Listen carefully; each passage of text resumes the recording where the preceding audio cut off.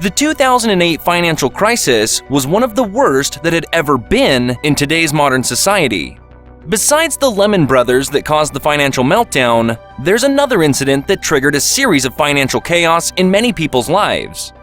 This financial fraud had wiped out almost $65 billion worth of investments from people's hands and has been known as the largest Ponzi scheme ever in history. A Ponzi scheme is a simple concept where investors would give money to an individual, and for this example, giving Madoff their money to invest. Madoff will afterwards give them a healthy return by using the money given by a new investor. This means that no money was invested, as a portion of that money was just being circulated between investors.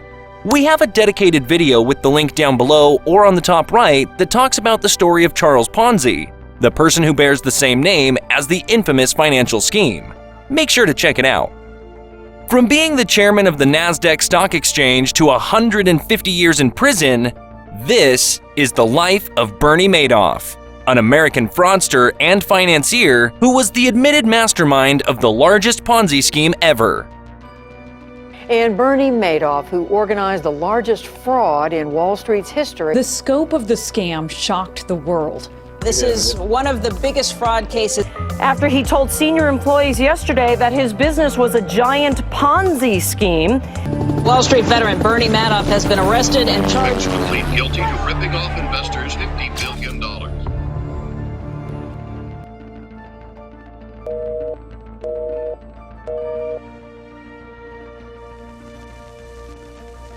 You are now watching the White Obsidian channel.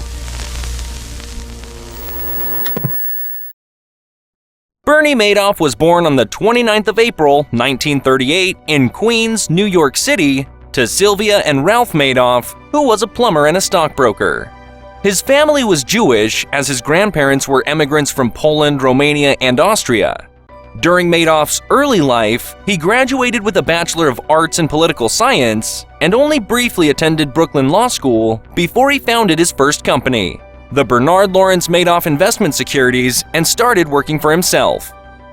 1 year after he was married to Ruth Madoff, Bernie Madoff would start off his investment firm in 1960 at the age of 22 with only $5,000 in his pocket, which he'd made while working as a lifeguard and irrigation sprinkler installer during the summertime. He also got a loan of $50,000 from his father-in-law, which is approximately $490,000 in 2022, as a large sum of money was needed to compete with the large investment firms. Unlike traditional stock exchanges that use human traders, Madoff's firm pioneered the use of electronic trading and hence was able to provide a lower cost for their services, giving them an edge in a very competitive market. It was believed that at one point, 5 to 10% of all trades in New York went through his firm in 1971, and with that, the Nasdaq was born. It came with a wave of new innovations in electronic trading today, such as Robinhood, eToro, etc. In short, the Nasdaq is the second largest stock exchange in the world that consists of many tech companies such as Apple, Google, and Nvidia. It is a global electronic marketplace for buying and selling securities. In the early 90s, Bernie Madoff would go on to become the chairman of the Nasdaq, which is considered a highly respected position in the financial world. Madoff's firm functioned as a third market trading provider, bypassing exchange specialist firms by directly executing orders over the counter from retail brokers. Madoff was the first prominent practitioner of payment for order flow, in which a dealer pays a broker for the right to execute a customer's order. Some academics have questioned the ethics of these payments, while Madoff argued that these payments did not alter the price that the customer received, hence making it perfectly legal. While the dot-com bubble had created a roller coaster sequence from 1990 to 2000, Wall Street was gaining momentum once again after 2002. But little did they know the empire that Madoff had built was just a house of cards, just waiting for the right moment to collapse. Enter Harry Markopolos, a financial fraud investigator with the experience of working as a portfolio manager at Rampart Investment Management in 1999. His firm had caught wind of a hedge fund manager that was consistently retaining a 1 to 2% profit per month throughout these years. And it turns out, It was the work of none other than Bernie Madoff. Markopoulos was subsequently given the task of replicating Madoff's strategy at his own firm by his superiors. As Markopoulos had went through all the years of experience to reverse engineer the strategy Madoff was using, he still couldn't understand how Madoff managed to do it. According to Harry, it took him just 5 minutes of scanning through the made-up revenue stream to realize that things just didn't add up. Madoff's returns were too consistent regardless of the market conditions. From there, Harry had two theories. Either Madoff was trading on insider information, or he had just begun to unfold the largest Ponzi scheme that the world had yet to witness. It almost seems too ridiculous to believe that a scam at such a scale can happen right under the nose of some of the greatest financial minds in the world. Perhaps it was Madoff who has the greater talent of lying and convincing people of his achievements. And who would dare to question the person who had helped modernize the way stock market trading was done? As Harry started to further deconstruct Madoff's strategy, he ran into a major mathematical inconsistency. In order for Madoff's strategy to work, he would have to abort more options on the Chicago Board of Trade than actually existed. In addition, he couldn't find a single transaction by Madoff's firm on the exchange. To make sure he was on the right track, he spoke to dozens of equity firms, but none of them had made any third-party trades for Madoff. In other words, this means Madoff hadn't made a single trade since 1993, but was still able to consistently earn gains every month for his clients. With all the speculation and mathematical proof available, he informed the Securities and Exchange Commission, otherwise known as the SEC, that it was legally and mathematically impossible to achieve the gains Madoff claimed to deliver. However, Harry didn't have any hard evidence against Madoff. It was just a theory and some red flags. Hence, he was ignored by the SEC's Boston office in 2000 and 2001, as well as by Megan Chung at the SEC's New York office in 2005 and 2007 when he provided further evidence. This is because Madoff had ties with the SEC and occasionally would even call to provide advice to Madoff on how to get around the auditor's testimony. Examples such as cooling falsified documents in the fridge so that the auditors wouldn't notice that they had been freshly printed. Since then, Harry had co-authored a book with the leader of his legal team titled "No One Would Listen." The book details the frustrating efforts he and his legal team made over a 10-year period to alert the government, the industry, and the press about Madoff's fraud. If interested, you can get the book on Amazon with the link down below. The stakes were so high that he bought a gun and routinely would check his car for bombs. I realized then that Bernie was stealing from the Russians and the Colombians. And if he was doing that, that was a very dangerous game for him to play because if they found it, they were going to kill him. But someone as smart as Madoff must have known that it was just a matter of time before the truth would come to light. In the end, it wasn't Harry or the SEC that exposed Madoff's financial fraud, as it was a greater force that had come to play as the winter approached. Down 1.7% here, a loss of 37 points or so. Apple shares are just getting hammered this morning. Let's talk about the speed with which we are watching this market deteriorate. We're red everywhere, essentially, down by 4-5%. We're down over 16%. Dow at the same time has fallen about 18%. In December of 2008, Wall Street was drowning in seas of red. Almost everything was completely wiped out in the Nasdaq, with far greater loss seen in the Dow traders.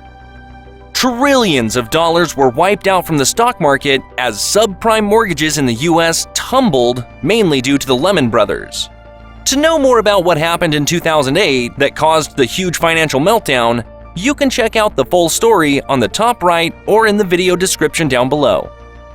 As the global economy was brought down to its knees, people were panicking, cutting their losses, which creates further sell-off, and Madoff knew the end was near.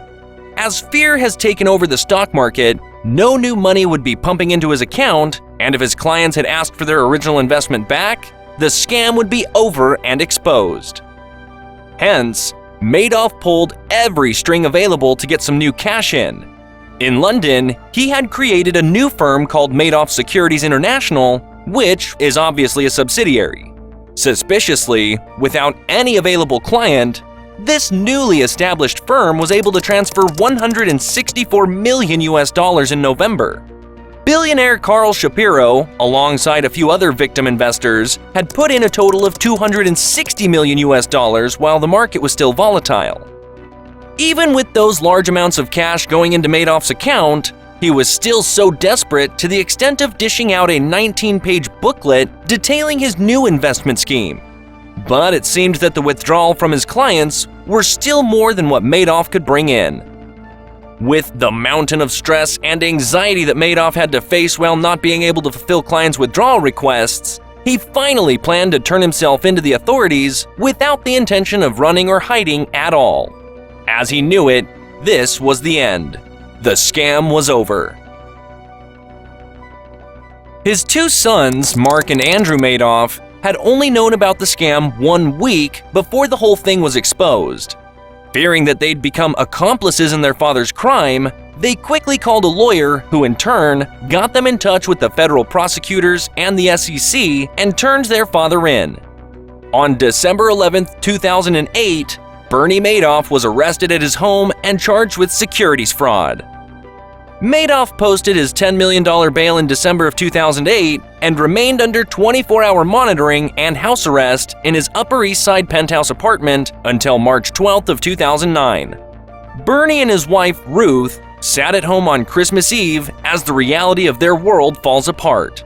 The two childhood sweethearts laid down in bed and consumed a cocktail of prescription medication. On Christmas Day, the couple woke up and realized their attempt to run away from their problems had failed. As the worst was yet to come, Judge Denny Chin revoked his bail and remanded him to the Metropolitan Correctional Center. Chin ruled that Madoff was a flight risk because of his age, his wealth, and the prospect of spending the rest of his life in prison. Madoff didn't fight and admitted on his crimes. With $65 billion wiped out from billionaires' holdings to everyday people's pension funds across the entire country, Madoff pleaded guilty and was sentenced to the maximum of 150 years in prison at the age of 71 years old. In his plea allocution, Madoff stated he began his Ponzi scheme in 1991. He admitted he had never made any legitimate investments with his clients' money since that time. He was sent to a prison near Butner, North Carolina, with many inmates inside trying to do harm to him. Just a week later, he was sent to a hospital with severe injuries, such as broken ribs and a collapsed lung. While undergoing recovery, he was also diagnosed with a chronic kidney disease. Both of Madoff's sons had passed away, with Mark committing suicide after the scandal and Andrew dying from cancer. His wife, Ruth, said she no longer speaks with him.